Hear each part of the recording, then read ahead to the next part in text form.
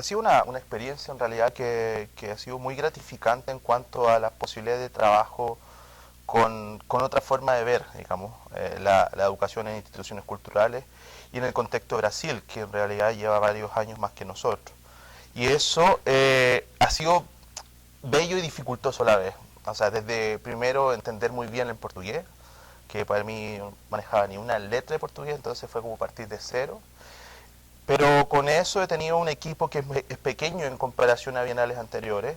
La crisis se ha hecho notar fuertemente en la Fundación Bienal Mercosur, pero no por eso con menos ganas y con menos intención de seguir construyendo acciones que creo son importantes. Por lo cual somos un equipo base muy pequeño, en comparación con, digamos, o sea, muy pequeño, pero estamos desarrollando todas las acciones que vienen por tradición en lo que es la Bienal de Mercosur y las acciones que he propuesto para este programa.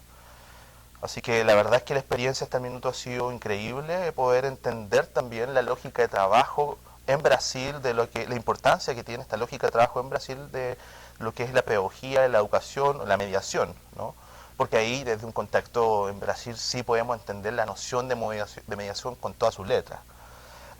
Entonces en ese sentido pues, creo que es una muy buena experiencia, con un muy buen equipo, con una capacidad multidisciplinar de atender todas las exigencias que existen y una capacidad de diálogo a toda prueba.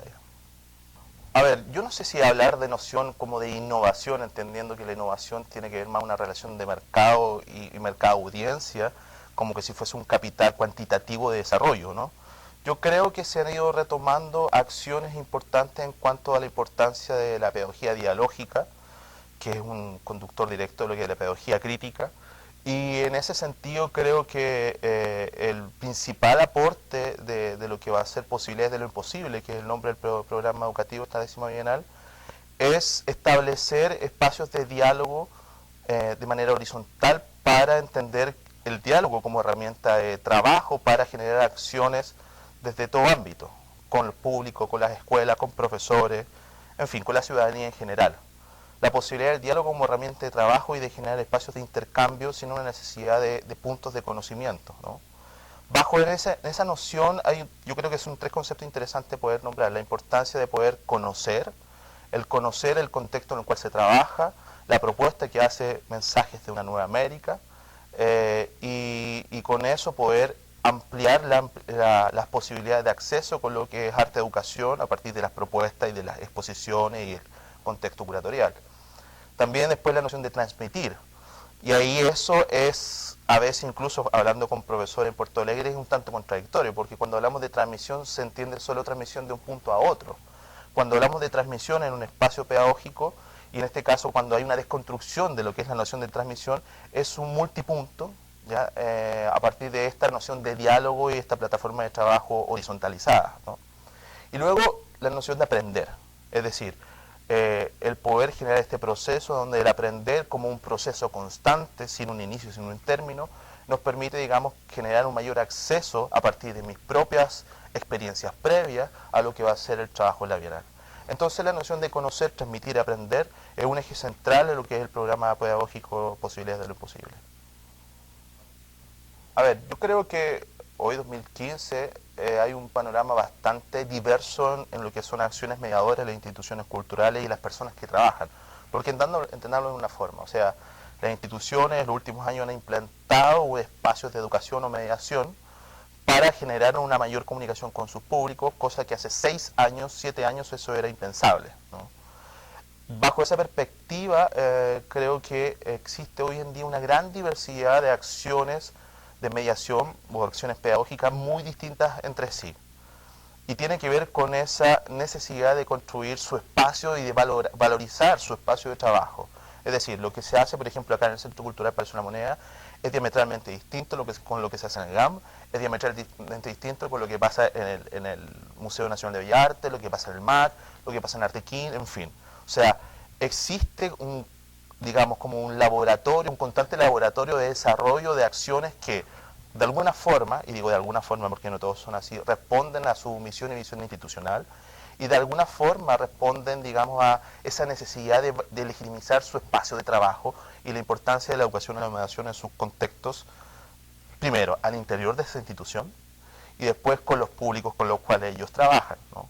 Entonces, si habría que hacer como una revisión de lo que está pasando, existe una gran diversidad, no existe una política unificada, o sea, existen buenas intenciones y existe, digamos, fondos que estimulen esas buenas intenciones.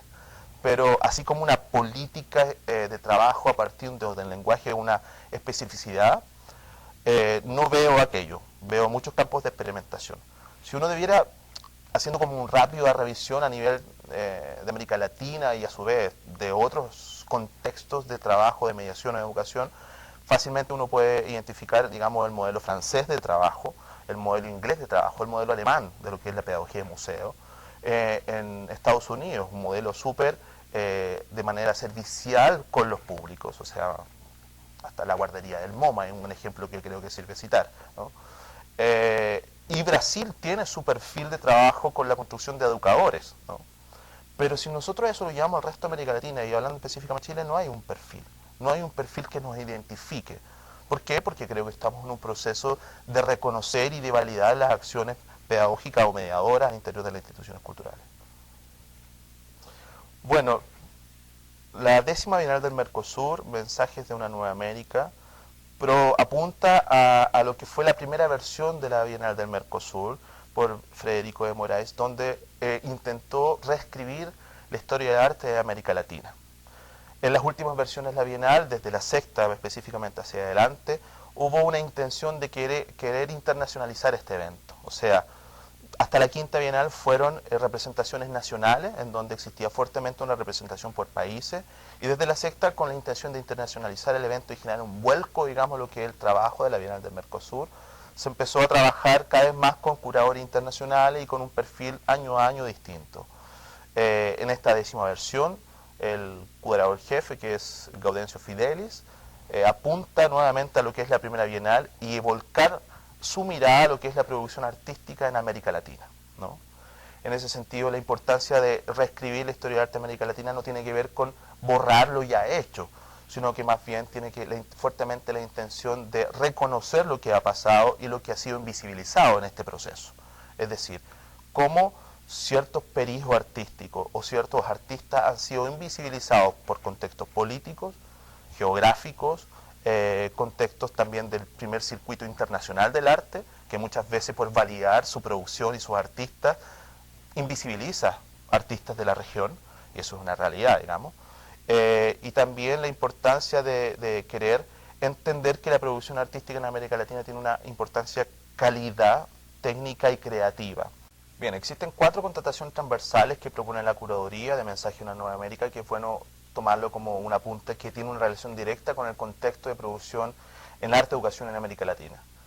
Precariedad, dificultad, resistencia y generalidad creativa.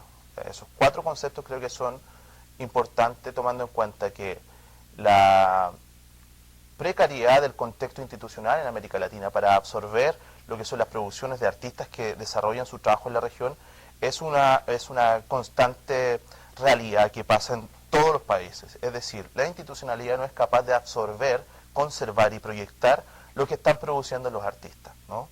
También existe una dificultad para que los artistas puedan desarrollarse como tal. Es decir, muchos de ellos, sobre todo en el contexto de Chile, artistas deben ser profesores para poder sustentar sus propias producciones.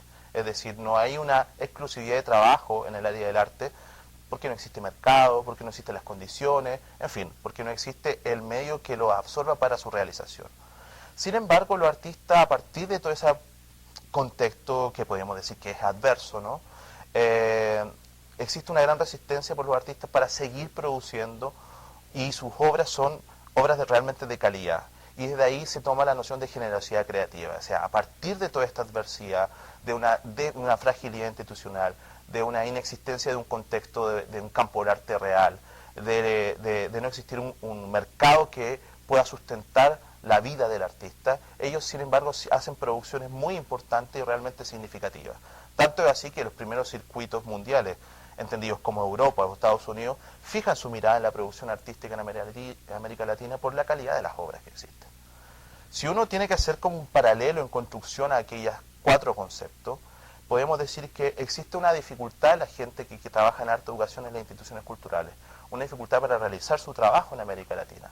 Por ejemplo, muchos de ellos ni siquiera tienen formación en arte educación o en educación para trabajar en instituciones culturales, y eso muchas veces condena o más o menos aprieta, digamos, la realidad de trabajo, y que incluso la misma institución pone barreras para que ellos desarrollen su trabajo. Existe una precariedad en lo que son la gente que trabaja en arte educación, porque, claro, existe una precariedad de la institución cultural para entender sus procesos artísticos relacionados con la educación y su trabajo con los públicos. Muchas veces la gente, los arte educadores, tienen esta dificultad para que la misma institución les dé espacio para desarrollar su trabajo, ¿no? Existe una dificultad para desarrollar sus trabajos, incluso hasta para poder producir el desarrollo de procesos creativos con los mismos públicos. La institución a veces no tiene ni siquiera un proceso ni una sustentación económica para la gente que trabaja en arte educación. Es decir, existe una precariedad, una dificultad institucional, existe una dificultad del contexto, e incluso desde la misma educación formal. En la misma institucionalidad cultural tienen procesos, esta misma gente tiene el proceso de no creer, incluso la educación formal, en las posibilidades educativas que tienen las instituciones culturales. Es decir, no hay una relación. Sin embargo, a eso, la gente que trabaja en arte educación en América Latina resisten y siguen produciendo a partir de no tener una formación. Muchos de esos entienden que la institucionalidad cultural es el contexto para desarrollar su praxis, es el contexto donde se forman y generan a través de la investigación y la creatividad tomadas como herramienta procesos de trabajo con los públicos bastante interesantes, ¿no? Aún así, de todo este contexto adverso, que hay ciertas similitudes con lo que es el contexto artístico, existe una ingeniería creativa en los programas que se construyen para involucrar a los públicos en una activa vida cultural, ¿no? Entonces, esas 4 contestaciones transversales son la base para desarrollar el programa educativo Posibilidades de lo Imposible, entendido como un trabajo que es una invitación directa a cuestionarse cuántas barreras tiene el público cuando accede a arte educación, entendido el primero como un lugar de lo desconocido. Yo hablo principalmente de la gente que no tiene acceso a una circulación por espacios culturales, ¿no? Que se encuentra que existe eso hace muchos años y justamente cuando te encuentras algo nuevo, muchas personas incitan o construyen una barrera de decir, no, esto no lo entiendo, ¿no? Y en segundo paso, entendido la educación como vías para conocer eso que es el campo de lo desconocido. A partir de eso, claro, Posibilidades de lo Imposible se entiende como un campo de experimentación, un campo de experimentación en arte educación, donde hay un trabajo con público, con los artistas, con el programa de curaduría para desarrollar experiencias concretas en arte educación que se constituyan en el proceso de la Bienal en una memoria que se va a hacer visible en el espacio de exposición.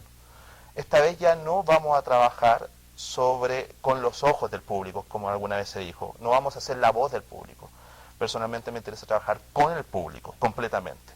Y ese público que se vea sus acciones, sus reflexiones, sus procesos, esa construcción de experiencia ante un contexto como es la Bienal, es poder que vean visibilizadas sus reflexiones y que sean conocidas y transmitidas para que esa memoria individual, esa experiencia que tengo al encontrarme con el espacio, con las obras de arte, sean transformadas en una experiencia que se haga visible y se transforme en una memoria desde la individualidad a una memoria colectiva, ¿no? Entendamos también otro punto que propone la curaduría acá, que las obras ya no se entienden como materialidades, sino que las obras se entienden como operaciones conceptuales.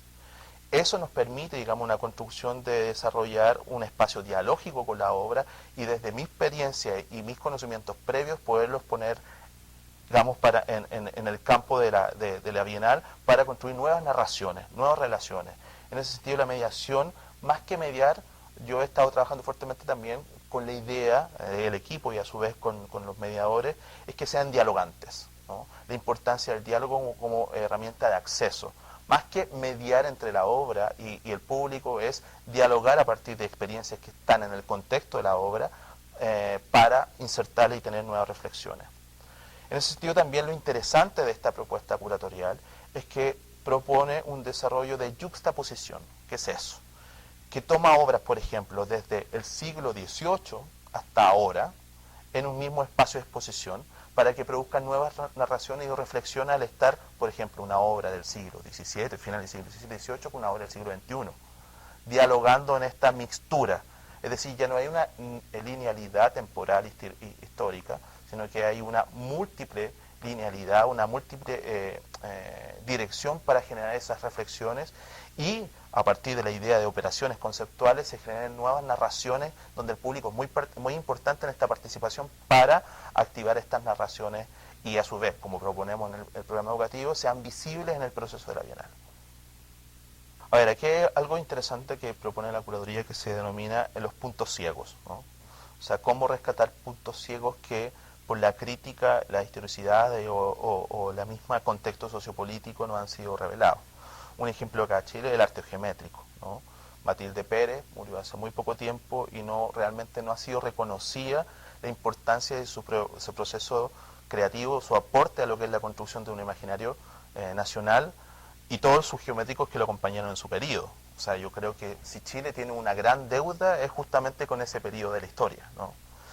Ese es un punto que creo que es importante, el poder conocer aquello que ha sido invisibilizado, el poder generar nuevos espacios de diálogo y de debate a partir de no tan solo las obras, sino que de cómo el público es capaz de acceder a aquellas obras, ¿no? Y en ese sentido la Bienal está haciendo un tremendo esfuerzo para tener un importante flujo de obras de todos los países de América Latina y poder generar esa mixtura de comprender los procesos no por periodos, sino que comprender los procesos cuando pones, por ejemplo, un espacio para que esto produzca. Entendamos que Mensajes de una Nueva América es compuesta por 7 exposiciones que no tan solo apelan a la visualidad como único medio para acceder a las artes visuales, sino que también recurre a otro sentido. Por ejemplo, hay una exposición que trabaja con el olor. Cómo artistas de América Latina han desarrollado en sus propuestas el olor como espacio fundamental para comprender y acceder a otros lugares, digamos, de reflexión y de comprensión de lo que son las obras de arte. Otra exposición también apela al polvo, es decir, cómo el polvo también ha sido considerado en el proceso de trabajo de ciertos artistas en América Latina, ¿no? Hay otra exposición que trabaja fuertemente el sonido, en fin, apela a una diversidad de posibilidades para poder comprender no tan solo con la visión. Bien, a ver, posibilidades de lo posible, el programa de la Bienal propone, primero, la realización fue una investigación de lo que ya había hecho la Bienal en sus versiones anteriores. Principalmente hizo una breve investigación sobre cómo ha sido la construcción de lo que es este espacio en arte y educación que es tan característico de la Bienal del Mercosur. Y ahí me doy cuenta que desde la primera Bienal habían acciones importantísimas en cuanto a se insistió en un inicio a la formación de profesores, y entendido porque en Puerto Alegre no había espacios de formación para profesores, específicamente profesores de arte, ¿no? No había una especialización en la universidad. Entonces la Bienal surge también desde su inicio como un lugar de fortalecimiento de lo que es arte educación en lo que es el contexto de Río Grande do Sur, ¿no? Que es la región donde se encuentra Puerto Alegre. Entonces han habido acciones desde su inicio como curso de formación de mediadores, que eso ha sido muy importante también, es formar profesionales que han aportado y que han salido a otras zonas de Brasil a trabajar en mediación cultural o mediación artística, y eso también es un eje fundamental. También el material para profesores, se denomina material de formación para profesores, que son herramientas de accesibilidad para el trabajo del profesor, no tan solo en la Bienal, sino que también en el aula. Encuentros, en fin, han tenido un sinfín de acciones durante todo su proceso hasta la 9ª Bienal, ¿no? Hay un hecho importante que cabe destacar, que de la 6ª Bienal, Gabriel Pérez Barreiro, el curador jefe, integra también la noción de curador pedagógico. Invita al núcleo curatorial, por primera vez en la historia en una Bienal, a Luis Kamnizer, y que se instaura como el primer curador pedagógico, ¿no? Que es un concepto interesantísimo que 10 años antes llega a Brasil por un arte educador muy importante que se llama Luis Guillermo Vergara. Y él genera un texto muy simple que habla sobre lo que son las curadurías educativas a partir de una experiencia que conoció en el Metropolitan de Nueva York. Entonces, todas esas acciones, digamos, son importantísimas en lo que ha generado como espacios de reflexión en arte educación lo que es la Bienal del Mercosur.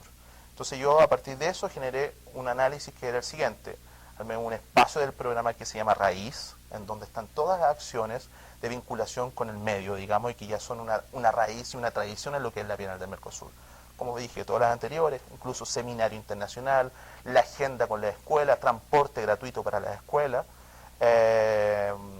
un libro de reflexión teórica, práctica de lo que son cada programa, ¿no? Ese es el contexto general. Y desde otra posibilidad otra área en el programa se llama imposibilidades, es decir, a partir de esa negación, esa no existencia, genera un nuevo, así como generando la duda para generar nuevas acciones que se proponen en este programa. En eso hay varias acciones que creo que son importantes destacar. Primero, se constituye el primer consejo consultivo de profesores en la Bienal del Mercosur. ¿Qué es eso? Que invita a profesores de escuelas municipales y escuelas estatales a conformar este espacio de diálogo y reflexión, primero, para analizar lo que habían sido todos los materiales educativos, desde la cuarta, tercera bienal hasta la novena. Con una ficha de observación estuvimos trabajando y dialogando juntamente lo que eran esos materiales, ¿no? Y a mí me surgía la duda de cómo no habían sido integrados en este proceso profesores en materiales que era finalmente para ellos, ¿no? Y en eso ya nos dimos cuenta que había muchos materiales que cumplían cierta reflexión y trabajo para el profesor en el aula, pero otros que realmente no, que tenían otra función, no necesariamente era una herramienta para los profesores. A partir de esa reflexión se generó una propuesta que armamos con el equipo educativo y se las propusimos al Consejo Consultivo y él validó esta propuesta. Es decir, se armó un material con profesores, que va a ser el material de la 10ª Bienal de Mercosur, ¿no? Ya no más material de formación para profesores, sino que ahora un material con profesores, ¿no? Y eso también es una acción de participación ciudadana de este Consejo Consultivo. Otras acciones que son parte de lo que es el programa, de parte de estas imposibilidades, que sería bueno destacar que imposibilidades tiene 3 líneas de trabajo. Una que son intervenciones, segundo punto que se llama memorias, y otro punto que se llama transformación-mediación, ¿no?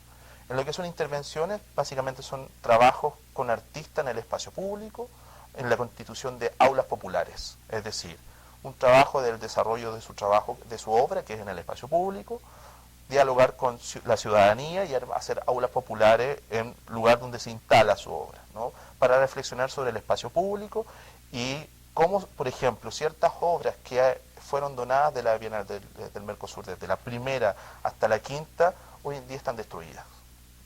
O sea, cómo la ciudadanía también no se hace partícipe de esa donación de artistas que se instalan en el espacio público y hoy en día son obras totalmente destruidas, ¿no? Otro punto importante es un proyecto que se llama Dentro de las Posibilidades. Básicamente es 2 escuelas de Puerto Alegre, una municipal y otra estatal, se van a transformar en espacios de exposición durante el periodo de la Bienal. Es decir, 2 artistas de la Bienal van a desarrollar obras en ese lugar y van a trabajar con la comunidad estudiantil, profesores, estudiantes, para desarrollar esa obra, y que a su vez, cuando tú veas el mapa de exposición y de recorrido de la Bienal, vas a ver 2 escuelas de Puerto Alegre que van a ser parte de esta Bienal. Entonces, ahí la pregunta básicamente es cómo un proceso creativo se puede transformar en un proceso educativo, ¿no? Donde estas obras van a ser el contenido primario, de reflexión, de debate, de talleres, y de que también la gente va a poder ir a ver porque van a funcionar en el horario de la Bienal. Entonces también creo que eso es otro punto importante de destacar en la participación. Otro punto más, creo que son un par de programas, sería bueno nombrarlos, que tienen que ver, por ejemplo, con Tu Camino, Mi Camino, Tu Camino, Nuestro Camino, ¿no?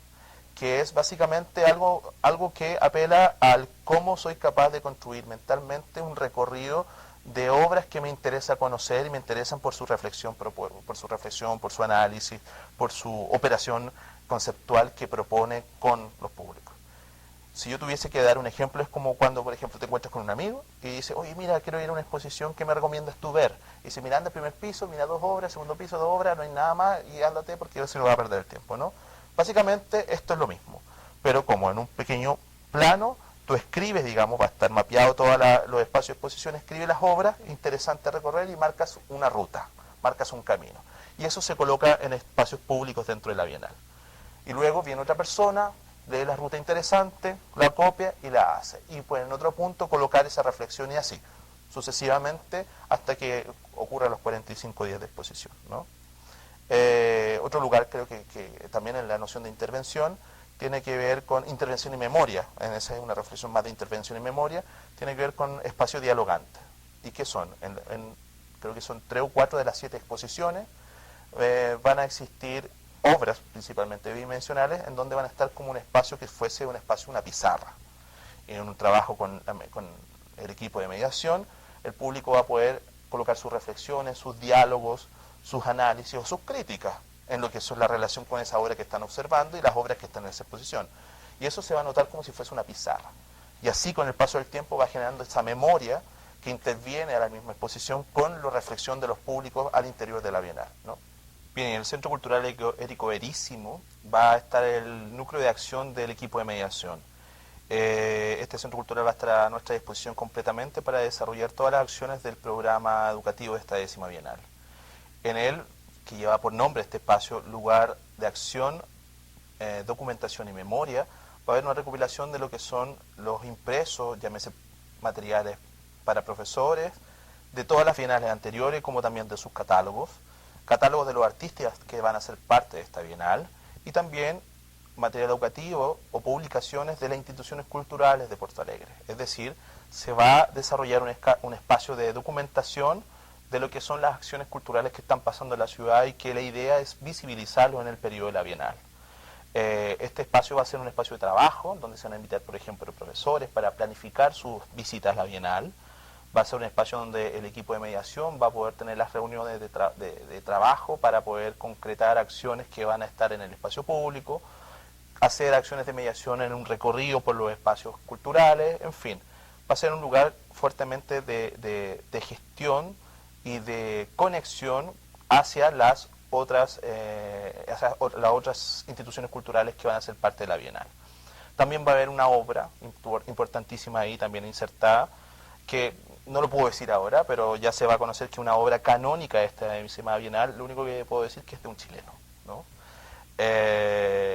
Y creo que ese lugar va a ser bastante interesante en cuanto a la conexión que va a existir con los otros espacios de exposición, pero también en términos de reflexiones del educativo, porque también va a recoger lo que era la acción Tu camino, mi camino, nuestro camino. Van a haber un espacio grande de visibilización, y otra acción que me parece también destacable, que fue una acción que rescato de mi experiencia previa como coordinador de educación en el Museo de Arte Contemporáneo acá en Chile, que se llama Objetos Cruzados, que básicamente son una peana y un marco que van a estar en 15 escuelas de Porto Alegre, en donde se va a invitar a estas 15 escuelas de Porto Alegre a hacer una reflexión y una intervención en su espacio educativo con estos objetos que son específicamente museales.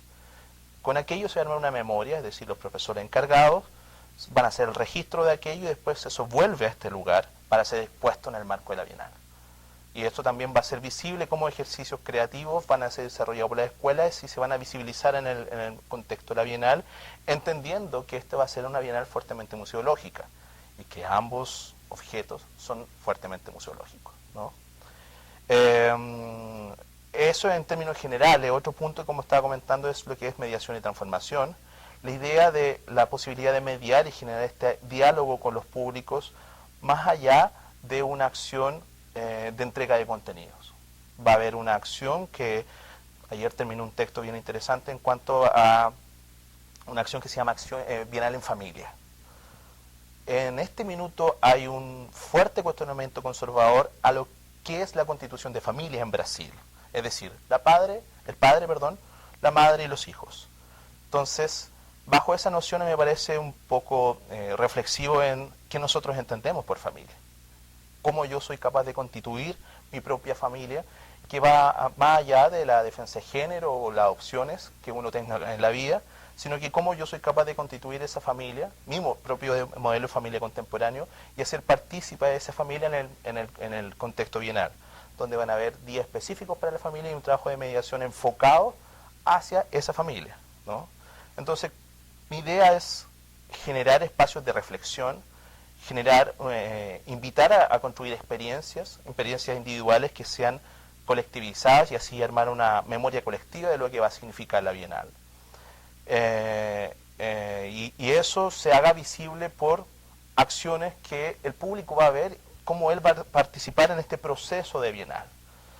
Eso también va a ser otra acción más, que es parte de mediación, transformación y también de memorias, donde va a haber 10 microdocumentales que van a recoger todas las acciones del programa educativo.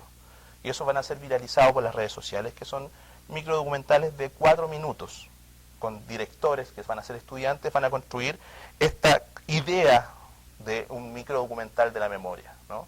Y eso va a captar todas las experiencias del público, la participación, el trabajo, la reflexión, la crítica, el trabajo de los artistas, los curadores, en fin. Todo lo que va a pasar en la Bienal en el periodo de realización.